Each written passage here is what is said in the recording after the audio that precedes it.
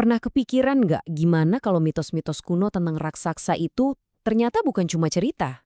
Nah, dalam pembahasan kali ini, kita akan bedah sebuah interpretasi yang luar biasa yang menyambungkan kitab suci kuno, legenda-legenda dari seluruh dunia, dan sebuah ramalan yang jujur aja cukup mengejutkan untuk masa depan kita. Oke, kita mulai ya. Akar dari semua ini tuh cuman satu ayat. Satu ayat yang misterius banget dari kitab Kejadian. Dan ayat ini bukan sekedar bilang, tapi benar-benar negasin. Kalau dulu pernah ada satu masa di mana raksasa itu nyata. Mereka benar-benar berjalan di muka bumi. Nah, dari ayat inilah sumber yang kita bahas ini memulai penelusurannya. Muncul pertanyaan besar. Oke, jadi siapa sih raksasa-raksasa ini? Dan yang lebih penting lagi, dari mana coba asal mereka?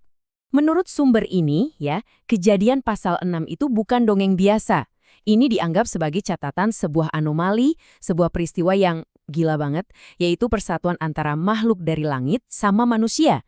Dan persatuan inilah yang katanya mengubah total arah sejarah kuno. Jadi siapa aja nih tokoh-tokoh utamanya dalam drama kosmik ini? Yuk kita kenalan sama mereka, tentunya menurut materi sumber yang kita bedah. Yang pertama ada yang namanya Bene Ha Elohim. Kalau diartiin langsung artinya anak-anak Elohim. Nah, teks yang kita kaji ini menafsirkannya bukan sebagai manusia loh, tapi sebagai sekelompok malaikat yang jatuh, makhluk-makhluk yang sengaja ninggalin pos mereka di surga. Hasil dari persatuan terlarang ini. Nah, inilah yang disebut sebagai Nephilim. Dan namanya sendiri, menurut sumber ini, itu udah jadi petunjuk besar.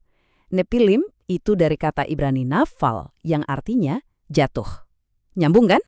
Yang seru tuh gini, nama mereka itu beda-beda di tiap budaya. Ada yang sebut Nephilim, ada yang bilang Gigantes, ada juga Giborim. Tapi intinya menurut sumber ini, semua nama itu ya nunjuk ke satu fenomena yang sama. Makhluk super kuat keturunan surgawi yang dulu pernah ada di bumi. Nah, disinilah ceritanya jadi wow, mendunia banget. Sumber ini ngasih argumen kalau kejadian di Timur Tengah ini bukan cuma cerita lokal. Justru ini jadi semacam origin story buat mitos-mitos yang tersebar di seluruh penjuru dunia. Coba bayangin, teks ini benar-benar narik benang merah dari Nephilim langsung ke para titan di mitologi Yunani. Terus nyambung ke para raksasa di cerita Hindu, bahkan sampai ke raja-raja keturunan dewa di peradaban Aztec dan Maya. Polanya sama semua. Ada makhluk super hasil kawin campur antara dewa dan manusia. Nih, lihat deh perbandingannya. Di kitab Kejadian ada istilah Giborim, orang-orang gagah perkasa. Di mitologi Yunani ada Gigantes. Sumber ini bilang, ini tuh dua nama buat hal yang sama. Tapi dampaknya bukan cuma soal fisik loh, ini yang lebih serem. Mengutip dari kitab Henoh, sumber ini bilang kalau para malaikat jatuh ini ngajarin manusia pengetahuan terlarang. Mulai dari cara bikin senjata perang, sampai ke praktek-praktek spiritual yang gelap dan ngerusak. Seberapa hebat sih pengetahuan terlarang ini? Coba pikirin ini. Sumber ini nunjukin satu momen yang bikin merinding. Bahkan Oppenheimer, bapaknya bom atom, waktu lihat hasil karyanya yang mengerikan itu, dia ngutip teks Hindu kuno. Dia bilang senjatanya lebih terang dari 1000 matahari. Pertanyaannya, jangan-jangan ini gema dari teknologi kuno yang hilang? Oke, jadi ini poin kuncinya.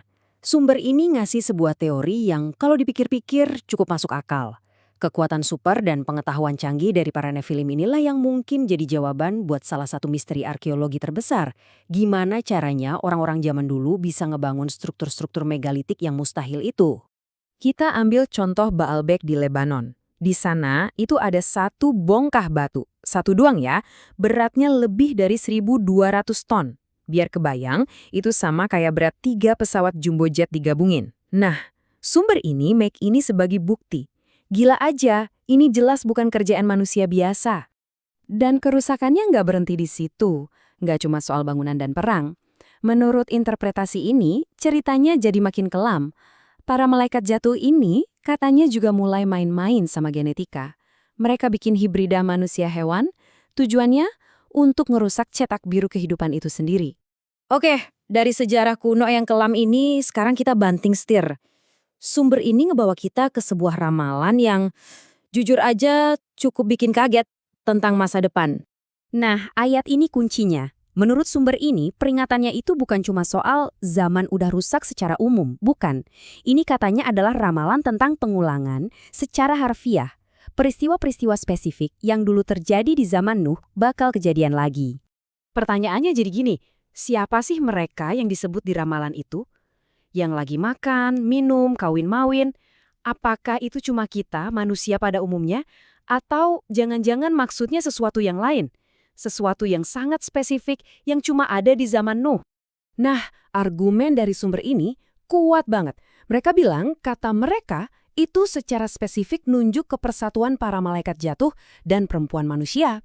Yang artinya, peristiwa ini diramalkan bakal terjadi lagi. Dan semua ini, menurut sumber yang kita bahas, mengerucut ke satu titik akhir. Sebuah konfrontasi final di akhir zaman. Sumber ini juga ngutip ramalan lain dari kitab Daniel. Di situ ada nubuat aneh tentang sebuah kerajaan masa depan di mana mereka bakal mencoba bercampur dengan benih manusia. Tapi, campuran ini digambarkan nggak bakal nyatu, nggak alami, dan nggak akan berhasil. Dan ini nih yang bikin merinding di zaman sekarang.